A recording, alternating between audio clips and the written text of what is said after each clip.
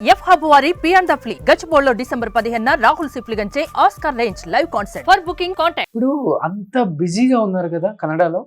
మన తెలుగు వాళ్ళు ఎవరైనా కానీ అరే మన తెలుగు అమ్మాయి రూపాదేవి మన లక్ష్మి గారి పాపే, మనం పిలిచి ఆ గౌరవం ఇవ్వాలి. ఇక్కడ ఒక ఎన్టీఆర్ గారితో, ఒక ఏఎన్ఆర్ గారితో, ఒక కృష్ణ గారితో, ఒక కృష్ణరాజు గారితో, ఒక శోభన్ బాబు గారితో పేరు చూస్తే బాగుంటుంది కదా అని ఎవరికి అనిపించలేదా రూపాదేవి కదా నిజంగా? ఇది కమర్షియల్ మీడియం కదా రోషన్, అంత ఇట్ ఇస్ వెరీ సింపుల్. ఎందుకు పిలుస్తాం అంటే even if I'm in that position I won't call. నాకు కమర్షియల్ ఏది హీరోయిన్ పిలవడం అంటే కష్టం, హీరోయిన్ పిలవడం చాలా ఈజీ కదా. అంత పెద్ద హీరోగా అంత కరెక్ట్ గా ఉండాలని ఆలోచిస్తారేమో కదా. మీరు ఆల్రెడీ అక్కడ పెద్ద వాళ్ళతో చేస్తున్నారు కదా. చేస్తున్నాను. I don't know, I think that ఏవో ఉంటాయి అప్పటికప్పుడు. బట్ ఇప్పుడు మీరు కూడా అడిగే ప్రయత్నం చేయలే ఎవరిని? తెలుగుని హార్డ్లీ చాలా తక్కువ సినిమాలు చేస్తుంటారు కదా మీరు. నేను చాలా తక్కువ అండి, వేల మీద లెక్కేసుకోవచ్చు, అంతే కదా. చూడండి, అయినా కానీ సినిమాలో రాని గుర్తింపు మీకు బుల్లితెర మీద వచ్చింది. అక్కడ స్టార్ హీరోయిన్, ఇక్కడ మా ఋతురాగాలు రూపాదేవి గారు. తెలుగు వాళ్ళు ఇలా నన్ను ఆదరించారు కదండి. అంటే ఒకటే నేను చేసింది ఏంటంటే, నేను ఫిలిమ్స్ చేస్తున్నప్పుడు టీవీ స్టార్ట్ అయింది. అప్పుడు నాకు ఆఫర్స్ వచ్చినప్పుడు నాకు ఎందుకు అనిపించింది ఇది నెక్స్ట్ జనరేషన్ కి ఇది పనికొస్తుంది అని నేను యాక్సెప్ట్ చేశాను. నా కొలీగ్స్ కొందరు అన్నారు, నువ్వేంటి ఇప్పుడు పోయి టీవీ సీరియల్స్ చేయడం ఏంటి అని. ఆ టీవీ సీరియల్స్ మూలాన యాక్చువల్లీ నేను ఐ మెట్ మై హస్బెండ్. ఆయనతో పెళ్లి కూడా సీరియల్ వల్లే జరిగింది. బంగారు చిలుక అని ఒక సీరియల్ చేసాం ఇద్దరం. ఆయన కెమెరామెన్, నేను హీరోయిన్.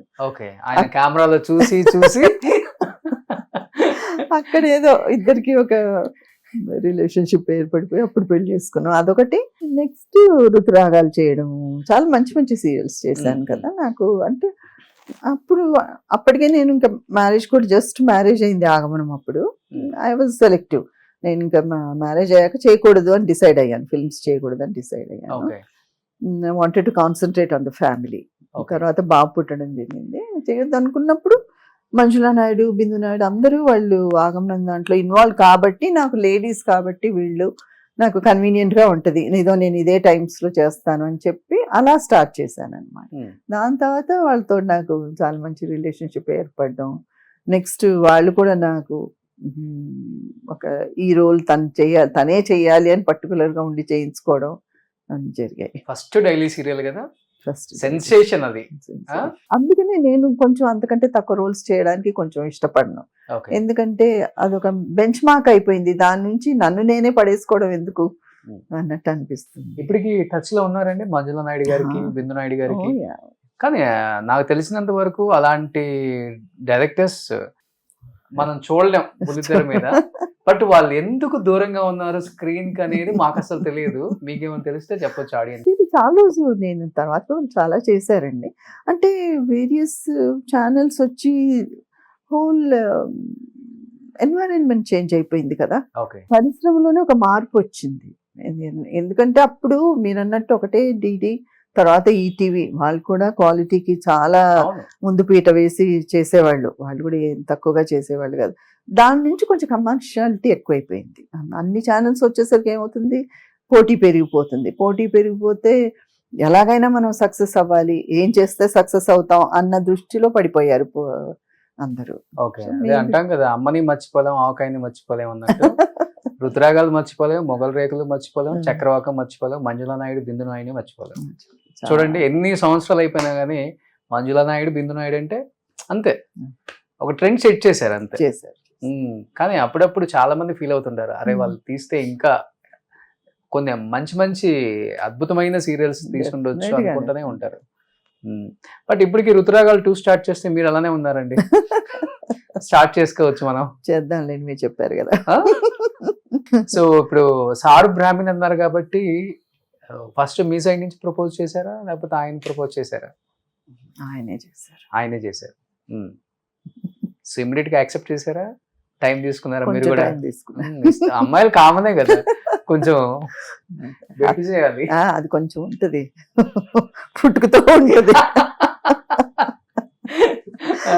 మీది లవ్ మ్యారేజ్ కాదు, అరేంజ్డ్ మ్యారేజ్. అయ్యో. సో ఎన్ని నెలలు తిప్పించుకున్నారు సార్ని? ఎక్కువ కాదు, నేను ఒక 6 నెలలు. పాపం మహంకాళి గారు, మధు మహంకాళి గారు. బట్ ఇంట్లో ఇమీడియట్ గా ఓకేనా అమ్మ నాన్న? లేదు, ఇద్దరి దగ్గర కొద్దిగా గొడవలు అయ్యాయి. Hmm. But we said once we decided we said will go ahead. Okay. తర్వాత అందరూ హ్యాపీ, ఇటు హ్యాపీ అటు హ్యాపీ. వెళ్ళిపోయి పెళ్లి చేసుకున్నారా? రిజిస్టర్ మ్యారేజ్ చేసేసుకున్నాం. ఓకే, మంచి స్టెప్. సో తర్వాత సెట్ అయిపోయింది అంతా. ఇప్పుడు ఏం చేస్తున్నారు? బాబు ఒక్కడే కదా? ఒక్క బాబాయ్. ఏం చేస్తున్నారు తను? తను మెకానికల్ ఇంజనీర్, అమెరికాలో ఉంటాడు. ఈ మధ్య మొన్న అక్టోబర్ లో పెళ్లి చేస్తాం. ఓకే, సో ఇండస్ట్రీకి సంబంధమే లేదు, మీకు ఇష్టం లేదు?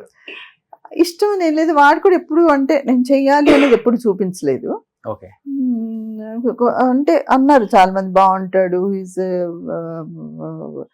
5'10", 5'11" ఉంటాడు, అన్ని బాగుంటుంది, కొంచెం రాణ అలాగా ఉంటాడు. అందుకని కొంతమంది ట్రై చేశారు, కానీ వాడు చదువుకుంటున్నప్పుడు బాగా చదివి ఆ ఫీల్డ్ లో బాగున్నప్పుడు అంటిల్ అండేస్ నేను చేస్తానని వాడు చెప్పినప్పుడు మేము ఎందుకు ఎంకరేజ్ చేస్తాం. రీసెట్ ఏది ఇష్టం ఉంటే అది చేసుకున్నాను. అలాగే సాఫ్ట్వేర్ అవ్వలేదు వాడు, నాకు సాఫ్ట్వేర్ ఇంజనీరింగ్ వద్దు అన్నాడు, నేను మెకానికలే చేస్తాడు, చేయమన్నాం. So he's happy mechanical. వంట చేస్తుంటారు ఇంట్లో? మీ వారికి మీరే చేస్తారా? మా వారికి నేనే అని కాదు, కానీ నాకు అన్నీ తెలిసి ఉండాలి. ఇది నేను బాగా షూటింగ్స్ ఉండి టైం లేనప్పుడు కూడా వంట, ఎందుకంటే ఎవరి మీద డిపెండ్ అవ్వకూడదు. మరి ఇంట్లో రాగానే 12 10 మనుషులు కనపడితే నాకు కొబ్బరి మీరు నీళ్ళు వస్తున్నారు, కొబ్బరి నీళ్ళు కొబ్బరి బంగారం నీళ్ళు గ్లాసులు ఒకరు తెచ్చారు. మీ బంగారం గ్లాసు బంగారం గాను, అది బంగారం కాదురా బాబు. గ్లాసు కింద పడేసి విరగొట్టి చూడండి, అప్పుడు కానీ మీకు తృప్తి కలిగింది. మళ్ళీ ఇంకోటి తీసుకొచ్చారు, ఇంకొక ఆయన ఇంకొకటి తీసుకొచ్చాడు, వరుసగా మీరు వస్తే మీకు తగ్గట్టుగా ఉండాలని. ఓకే, అలా అరేంజ్ చేశారు వాళ్ళకి.